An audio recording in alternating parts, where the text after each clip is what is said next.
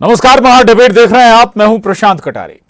मध्य प्रदेश में महिलाओं के खिलाफ अपराधों पर एक बार फिर सियासी जंग छिड़ी है। कांग्रेस एनसीआरबी के आंकड़े पेश कर रही है तो बीजेपी ने कांग्रेस शासित राज्यों और राजस्थान का जिक्र कर उसे बैकफुट पर लाने की कोशिश की है। लेकिन मामला अब अपराध का नहीं, विशुद्ध राजनीति का हो चला है। चर्चा करेंगे, लेकिन पहले आपको एक रिपोर्ट दिखाते हैं।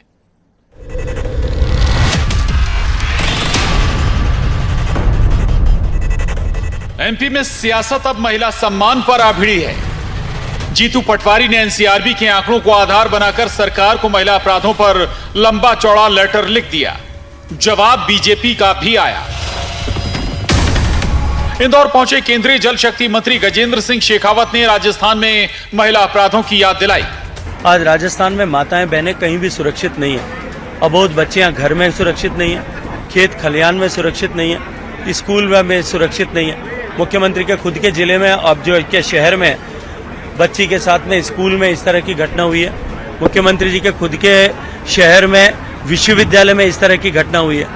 और न अस्पताल में सुरक्षित है, न एम्बुलेंस में सुरक्षित है, न पुलिस थाने में सुरक्षित है। राजस्थान जो कभी संस्कृति के प्रदेश के रूप में जाना जाता था, जो पन्नाधाय, पद्मिनी, मीराबाई के नाम से पहचाना जाता था, उस राजस्थान को ग्रहण का काला टीका लगाने का पाप इस अशोक गहलोत सरकार ने किया है। इधर महिला कांग्रेस की प्रदेश अध्यक्ष विभा पटेल ने एमपी में महिला अपराध पर सरकार को घेरने की कोशिश की। बोली, किसी और की कमी गिनने से खुद की कमियां नहीं छुपती। इससे भारतीय जनता पार्टी के शासन में होने वाले रेप की घटनाएं कम नहीं होंगी। आज भाजपा के नेताओं को तो इस बात का जवाब देना चाहिए कि मध्य प्रदेश में घटनाएं कम हो, इसके लिए वे क्या करने वाले हैं। इसका जवाब उनके पास नहीं है। उधर बीजेपी मीडिया प्रभारी आशीष अग्रवाल ने राजस्थान से लेकर दूसरे राज्यों में कांग्रेसी शासनकाल में अपराधों की फहरिस्त ही गिना दी। लड़की हूं, लड़ सकती हूं का नारा देने वाली प्रियंका गांधी और गांधी परिवार की पार्टी के द्वारा शासित राजस्थान आज रेपिस्तान बनता जा रहा है।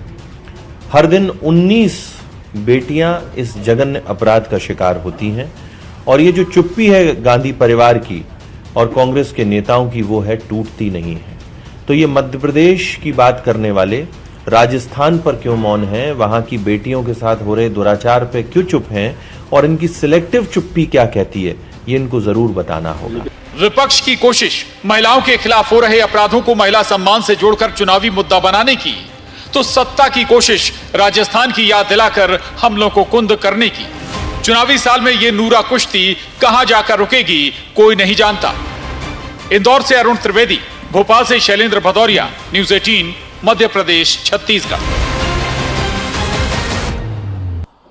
तो महिला अपराधों पर सियासत फिर आमने सामने है। चूंकि चुनावी साल है तो एक दूसरे को महिलाओं का हितैषी बताने की कोशिश जरूर हो रही है। आंकड़े जरूर पेश किए जा रहे हैं। यहां तक कि एक लेटर भी जीतू पटवारी ने सरकार के लिए, मुख्यमंत्री के लिए इस मसले पर लिख दिया आंकड़ों के साथ। हम आज चर्चा करेंगे। 3 खास मेहमान हमारे साथ जुड़ रहे हैं। माया नारोलिया जी हैं, बीजेपी प्रदेश अध्यक्ष महिला मोर्चा से। बहुत स्वागत है माया नारोलिया जी आपका न्यूज़ 18 पर। धन्यवाद।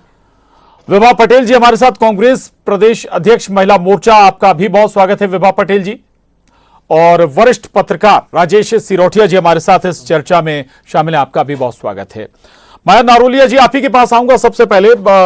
ठीक है, सरकार है और सरकार भाई जिम्मेदार है, ठीक है। दूसरे राज्य का क्या वाकई तुलना की जा सकती है कि वहां क्या हो रहा है, क्या नहीं हो रहा है? पहले अपने राज्य का देखेंगे ना हम। माया जी देखिए जी, मध्य प्रदेश के अंदर भारतीय जनता पार्टी की सरकार है, हमारे मुख्यमंत्री शिवराज सिंह चौहान जी के नेतृत्व में जी। आप देख रहे हैं कि सबसे पहले जो बेटियां अभिशाप होती थी, उनको वरदान साबित करने के लिए आज 45 लाख से अधिक मध्य प्रदेश के अंदर लाडली लक्ष्मी बेटियां बन गई हैं। लाडली बहना, हर बहन को राजनीतिक रूप से सशक्त करने का काम तो भारतीय जनता पार्टी ने किया है, लेकिन आर्थिक रूप से बहनें किस प्रकार से सशक्त हों, तो हमारे मुख्यमंत्री शिवराज सिंह चौहान जी ने 1,25,00,000 बहनों को लाडली बहना बनाकर ये सिद्ध कर दिया है कि राजनीतिक रूप से तो बहनें तुम सशक्त हैं, लेकिन आर्थिक रूप से भी सशक्त करने का काम मध्य प्रदेश की भारतीय जनता पार्टी की सरकार कर रही है। आज पूरे मध्य प्रदेश के अंदर माताओं बहनों में जो उत्साह है, जो उनकी सोच है माननीय मुख्यमंत्री जी के प्रति और भारतीय जनता पार्टी की सरकार के प्रति, उनका जो विश्वास है उनको जो आत्मसम्मान मिला है वो किसी भी सरकार द्वारा या किसी भी सरकार ने आज तक माताओं बहनों के लिए ये चीज़ नहीं सोची है। जहां भी हमारे मुख्यमंत्री शिवराज सिंह चौहान जी जाते हैं, माताएं बहनें, लाडली बहनें पलक पावड़े बिछाकर माननीय मुख्यमंत्री जी का स्वागत करती हैं, सम्मान करती हैं, उन्हें आशीर्वाद देती हैं, जुग जुग जियो शिवराज भैया, जो आपने हमें लाडली बहना बनाकर हमारा मान सारी बढ़ाया, योजनाएं ठीक सम्मान है, बढ़ाया। बिल्कुल उनकी तारीफ की जानी चाहिए, इसमें कोई शक नहीं, लेकिन सुरक्षा भी महिलाओं की उतनी ही जरूरी है। बिल्कुल जरूरी है। एक महिला होने के नाते महिलाओं के स्वाभिमान और सुरक्षा बहुत जरूरी है। हमारी सरकार ने महिलाओं की सुरक्षा के लिए, उनके सम्मान के लिए हर जिले में महिला थाने खोले हैं। पहले आपको जो आंकड़े दिखाई दे रहे हैं कि मध्य प्रदेश इन आंकड़ों में सबसे आगे है, उसका एक कारण है कि पहले महिलाएं डरती थी अपनी बात करने में, थाने जाने में, अपनी रिपोर्ट दर्ज कराने में। हमारी सरकार ने हर जिले में महिला पुलिस थाने खोले हैं। महिला निर्भय होकर निर्भीकता से अपनी बात वहाँ पर रखती है, उसका प्रकरण दर्ज होता है तो हमें आंकड़े दिखाई देते हैं। लेकिन हमारी सरकार ने इतना ही नहीं, जो भी व्यभिचार करेगा, दुराचार करेगा और माताओं बहनों के साथ अगर आंख उठाकर गलत निगाह से देखेगा तो उसको निस्त नाबूद करने का काम भी मध्य प्रदेश की शिवराज सरकार ने किया है। चलिए, ठीक बात है। विभा पटेल जी, आप दोनों ही महिला ने अपनी पार्टी की महिला मोर्चा, महिला ब्रिगेड की को नेतृत्व करती हैं, उनको लीड करती हैं। महिलाओं की सुरक्षा बहुत महत्वपूर्ण है, लेकिन सवाल यह कि भाई एमपी पर केवल आप बात करते हैं, आपके बड़े बड़े नेता, केंद्रीय स्तर तक के नेता क्यों सिलेक्टिव हो जाते हैं? अपने स्टेट जहां आपकी सरकार है वो क्यों छूट जाता है? देखिए, पहले तो मैं बताऊं, महिला ब्रिगेड नहीं, महिला कांग्रेस है। और ठीक है, मैं वही बात कर रहा हूँ। नहीं, हाँ, मैं वहीं आ रही हूँ, लेकिन थोड़ा सा अपना थोड़ा, हम लोग महिला कांग्रेस के सदस्य हैं। दूसरी बात मैं आपसे ये कहना चाह रही थी कि जितने ध्यान से मैं अभी सुन रही थी माया जी को, उन्होंने बहुत लंबा चौड़ा भाषण और वक्तव्य दिया, जितना इनको याद करा के भेजा गया होगा।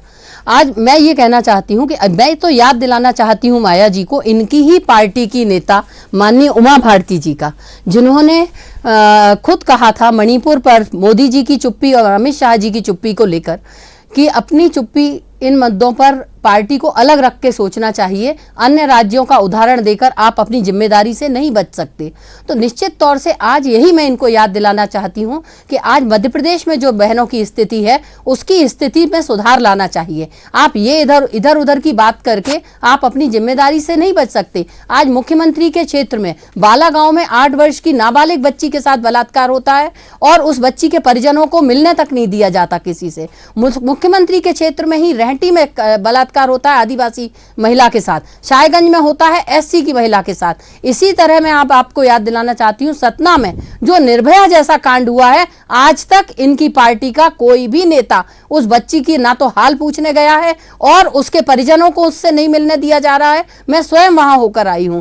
आज मैं आपको बताती हूं जो मध्य प्रदेश की स्थिति है, मुख्यमंत्री स्वयं सेक्स रैकेट में फंसे हुए व्यक्ति को भारतीय जनता पार्टी ज्वाइन करा रहे हैं। ये किस तरह का संरक्षण दिया जा रहा है? दतिया में जो घटना हुई, जहां पर 2 बच्चियों के साथ छेड़छाड़ और रेप की घटना हुई, एक ने आत्महत्या करने का प्रयास किया, एक ने आत्महत्या कर ली, उसमें भी भारतीय जनता पार्टी का कार्यकर्ता था। विदिशा के पास जो एक कांड हुआ जिसमें एक बच्ची और उसके पिता दोनों ने आत्महत्या कर ली, उसमें भी भारतीय जनता पार्टी का कार्यकर्ता था। आखिर ये किसकी बात कर रहे हैं? किस जिम्मेदारी से ये निर्वाह कर? देखिए, एक सेकंड मेरी बात को,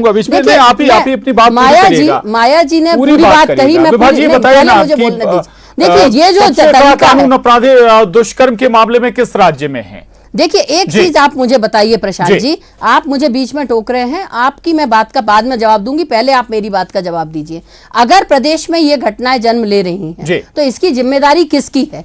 और दूसरी बात में एक और सवाल सुन लीजिए, अगर कोई कांग्रेस का कोई कार्यकर्ता किसी अपराध में लिप्त हो जाता तो क्या कांग्रेस अपराधी हो जाएगी क्या? देखिए, पार्टी के अपराधी होने की बात नहीं है, बात यह है कि आप किसके साथ खड़े हैं। हम हमेशा पीड़ितों के साथ खड़े हैं और कांग्रेस पार्टी ने कभी भी किसी भी दोषी का साथ नहीं दिया है। और आज जो बात हो रही है, यदि आज मध्य प्रदेश की ये स्थिति है, मैं याद दिलाना चाहती हूं कि उमा जी एक महिला के साथ घटना हुई थी, पूरे प्रदेश भर में उसको लेकर घूमी थी, लेकिन आज लगातार हर दिन मध्य प्रदेश में 17 से ज्यादा मामले सामने आ रहे हैं। देश में अगर 10 मामले दर्ज होते हैं तो एक मामला उसमें मध्य प्रदेश का होता है, लेकिन मध्य प्रदेश में ये घटनाएं क्यों बढ़ रही हैं, इसके बारे में कोई जवाब नहीं दे रहा। मुख्यमंत्री की हिम्मत नहीं हो रही कि गृह मंत्री के गृह जिले में कांड हो रहे हैं और उनसे इस्तीफा मांगे या उनकी जवाबदेही सुनिश्चित करे। देखिए, जब किसी प्रदेश में ये घटनाएं होती हैं तो उनकी जवाबदेही सुनिश्चित होनी चाहिए, कार्रवाई होनी चाहिए, और कार्रवाई होते हुए दिखना चाहिए।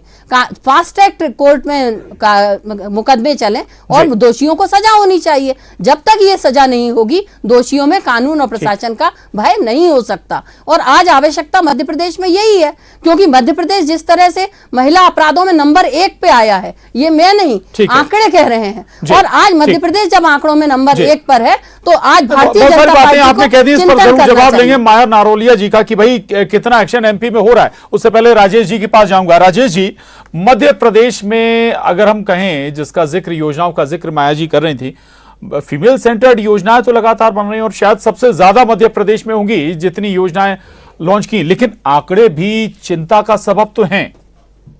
देखिए, सबसे पहली बात तो मैं आपसे स्पष्ट कर देना चाहता हूँ कि महिला अत्याचार कई तरह के होते हैं। बिल्कुल, एक घरेलू हिंसा होती है, एक जो सामूहिक दुष्कर्म होते हैं, और दुष्कर्म की घटनाएं, नाबालिग बच्चियों के साथ में कुकृत्य की घटनाएं, ये मनोवृत्ति के शिकार लोगों के द्वारा की जाने वाली वारदातें, नृशंस तरीके से उनको बलात्कार करना और मार डालना, ये सारी घटनाएं जो है, ये मध्य प्रदेश या राजस्थान या कांग्रेस या भाजपा या किसी पार्टी का मसला नहीं है, क्योंकि कोई भी पार्टी किसी भी व्यक्ति को ये नहीं कहती कि मेरा राज आ गया तो तुम बलात्कार कर, तू दुष्कर्म कर।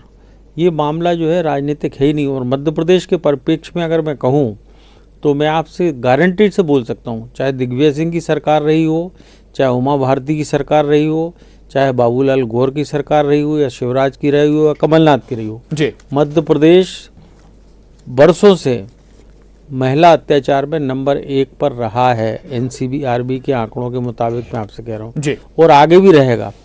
और मध्य प्रदेश के बाद, मध्य प्रदेश के साथ राजस्थान भी रहेगा, क्योंकि ये दो जो है भौगोलिक आकार में देश के सबसे बड़े राज्य हैं। और आप समझते हैं कि जो परवर्टेड आदमी होता है, मनोवृत्ति का शिकार व्यक्ति होता है, वो जो व्यक्ति जो है, उसके लिए चाहिए क्या, कम घनत्व वाला क्षेत्र, सुनसान इलाका। तो वहाँ पर ये मध्य प्रदेश और राजस्थान में ये उनके लिए भौगोलिक फायदा है। दूसरी चीज़, राजस्थान और मध्य प्रदेश में कंपैरिजन की बात ये है कि यहाँ पर सामाजिक और आर्थिक विसंगतियाँ बहुत ज़बरदस्त हैं। माने जो बुंदेलखंड एरिया जो है हमारा, जहाँ से मैं आता हूँ, या आप ग्वालियर चंबल इलाका समझ लीजिए, उनके जो भिंड मुरैना वाले इलाके समझ लीजिए, तो वहाँ पर क्या है कि शोषक समाज है और शोषित समाज है। और शोषक समाज जो है वो हमेशा शोषण करता है, और शोषण हर तरह से होता है, आर्थिक शोषण भी होता है, इस तरह का शोषण भी होता है, और जो नाबालिग बच्चियों के साथ में जो होता है, ये तो मनोवृत्ति के शिकार लोग करते हैं। और दूसरी चीज़ ये कि जो आदिवासी इलाका बहुत है, बड़ा इलाका है, और यहाँ पर दूर दूर तक बसाहट है, बीच में खुला स्थान है, महिलाओं के साथ में व्यवस्था है, खासतौर से आदिवासी महिलाओं के साथ में, दलित महिलाओं के साथ, कि उनको अकेले पति के काम करने से उनका घर का खर्च नहीं चलता, तो उनको बाहर निकलना पड़ता है, वो एक्सपोज होती हैं, और वहीं पर उनके साथ में एक्सप्लॉयटेशन होता है। तो ये सामाजिक कुरीतियाँ और जो सामंतवादी प्रवृत्तियाँ इन दोनों राज्यों में हैं। और आप देखिए बंगाल, मणिपुर में जो जिस तरह की घटनाएं हुई हैं, वो तो बहुत ही, मतलब उनकी तो जितनी निंदा की जाए वो कम है। लेकिन मध्य प्रदेश और राजस्थान के संदर्भ में, जहाँ कांग्रेस और भाजपा की सरकार है, मैं कह सकता हूँ कि पार्टी किसी की भी हो, सरकार किसी की भी हो, कोई भी पार्टी जो है किसी को प्रश्रय नहीं देती। हाँ, प्रश्रय दे तब जाके आप इस बात को उठाइए कि हाँ किसी बलात्कार के आरोपी को बचा रहे। जैसे विभा जी ने कहा कि कभी बलात्कार के तथाकथित आरोपी को जो है भारतीय जनता पार्टी में शामिल करा दिया गया। तो ये बातें निश्चित रूप से उठाई जाना चाहिए, लेकिन इनको प्रेशर नहीं मिलना चाहिए, इनके साथ में सख्ती से पेश आना चाहिए, जैसा कि हो रहा है। लेकिन मैं उसके भी खिलाफ हूँ जो एक बुलडोजर संस्कृति चल पड़ी है कि उसी के बुलडोजर चला दो। आपने ये देखा नहीं कि उसका न्याय हुआ है, उसने किया कि नहीं किया। और ये जो है, जो कोर्ट का जो काम है वो एग्जीक्यूटिव को दे देना, वो कार्यपालिका को देना, ये भी ठीक नहीं है, और इसमें अतिवाद नहीं होना चाहिए। लेकिन हाँ, इनके मामलों में सख्ती होना चाहिए। केस रजिस्ट्रेशन फ्रीली होना चाहिए, जैसे मध्य प्रदेश में होते हैं, राजस्थान में होते हैं, बिहार में भी अब जब से नीतीश कुमार की सरकार आई वहाँ पर अच्छे केस रजिस्ट्रेशन में ज़्यादा लेतलाली नहीं होती है। उत्तर प्रदेश में भी यही स्थिति हुई है। तो केस रजिस्ट्रेशन भी हो, लेकिन केस के साथ में आपको उसके बारे में एक्शन भी होना चाहिए पुलिस का। और ये देखना पॉलिटिकल एग्जीक्यूटिव्स का काम है कि वो प्रॉपरली पुलिस उनके हिसाब से काम कर रही है या नहीं कर रही है, उनको न्याय मिल रहा है या नहीं मिल रहा है। बिल्कुल, कई महत्वपूर्ण बिंदु आपने उठाए हैं। मां नरोलिया जी, एक बात विभा जी कह रही थी, भाई एक्शन तो हो नहीं रहा, नहीं तो शायद ये आंकड़े धीरे धीरे कम होते। दूसरा, अब आप एक्शन में शायद वो बुलडोजर संस्कृति गिनाए, राजेश जी उस पर भी सवाल उठा रहे हैं।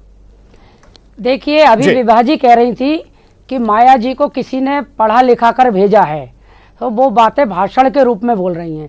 विभा जी, मैं आपको बता देना चाहती हूँ, मैं 30 साल से भारतीय जनता पार्टी की बूथ स्तर की कार्यकर्ता हूँ।